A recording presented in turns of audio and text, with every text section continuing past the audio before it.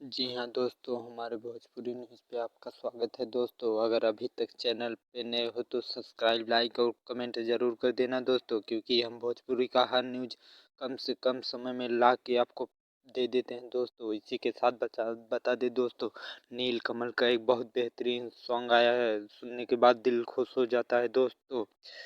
सबसे better song है दोस्तों 2023 जाते जाते नील कमल का धमाल एक और सॉन्ग के साथ हो गया है दोस्तों। इससे पहले था नथुनिया पे गोली मारे दोस्तों। अब 2000 जाते जाते 2023 एक गाना और निकाल दिए दोस्तों, दिल तोड़ देहलू दोस्तों। ये सॉन्ग बहुत बेहतरीन सॉन्ग बा दोस्तों। ये अगर आप सुन लेबे तो आपका दिल खुश हो जाए दोस्तों। आज सुबह आ गया है दोस्तों यूट्यूब चैनल पे। हमें मालूम होगा दोस्तों, हमारा वीडियो आपको पूरा ज़रूर अच्छा लगा होगा दोस्तों। इसी के साथ अगले वीडियो में मिलेंगे दोस्तों। धन्यवाद दोस्तों। हमारा वीडियो अच्छा लगा हो तो एक सब्सक्राइब, लाइक और कमेंट ज़रूर कर देना दोस्तों। धन्यवाद दोस्तों।